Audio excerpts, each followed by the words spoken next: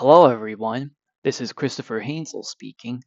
Welcome to the presentation of my Python for Data Science project, which involved analyzing the energy consumption measurements of a data server. But before we get into the actual analysis, let's talk about the background and motivation behind it.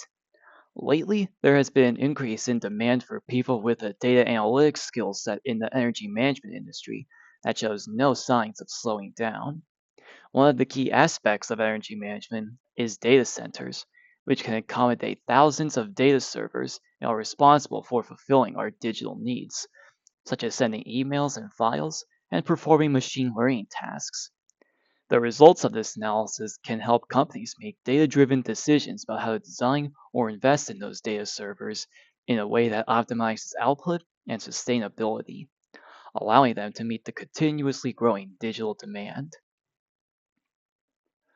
Regarding the dataset that was employed for this analysis, I used the data server energy consumption dataset found on the IEEE Dataport website.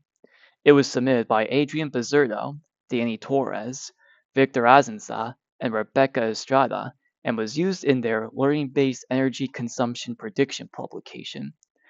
The data involves energy consumption measurements of a data server running in the facilities of the Escuela Superior Politécnica del Litoral, a university located in Guayaquil, Ecuador, collected from August 2021 to December 2021.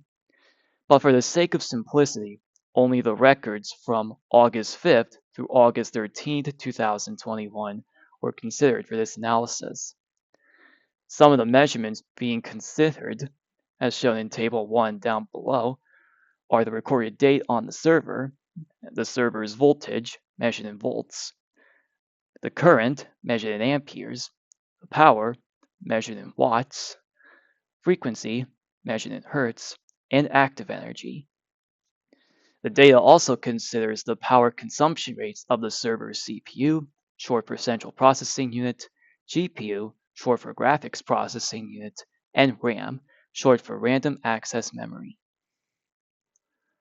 In terms of what research questions this analysis aimed to answer, one of those questions was whether the server's current, power, or frequency can be used to predict its voltage. It also answered the question of whether there is a positive or negative relationship between the active energy and power factor of the server, as well as how significant it is. Finally, the analysis answered the question of how the average hourly power consumption rates of the server's RAM, CPU, and GPU differ from one another.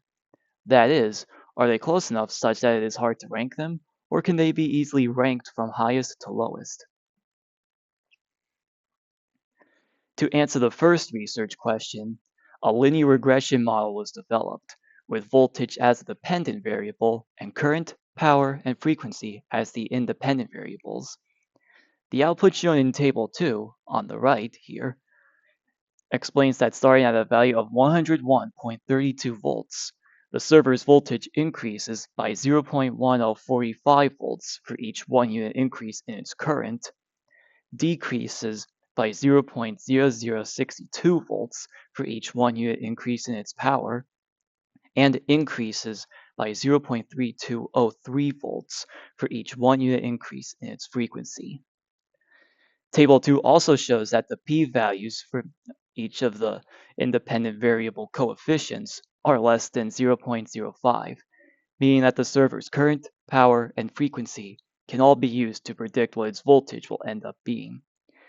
The R-squared value for the model is 0.894, or approximately 0.9, meaning that the model does an excellent job explaining the relationship between the server's voltage and its current, power, and frequency. To address the second research question, a correlation matrix involving all of the variables in the dataset was developed, as shown in Table 3 on the right here. The correlation coefficient between active energy and the power factor is 0.12.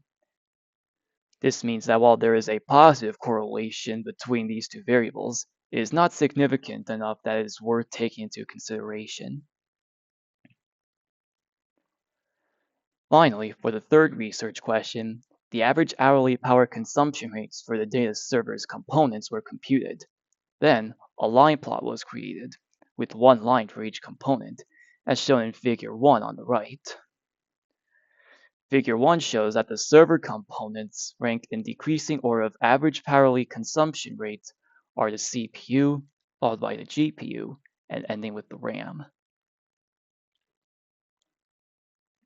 In the end, the analysis shows that companies can predict what a data server's voltage will be using its current, power, and frequency. It also shows that a positive yet insignificant correlation exists between the server's active energy and power factor. Finally, it shows that the server's CPU has the highest average hourly power consumption rate out of all three components that were analyzed.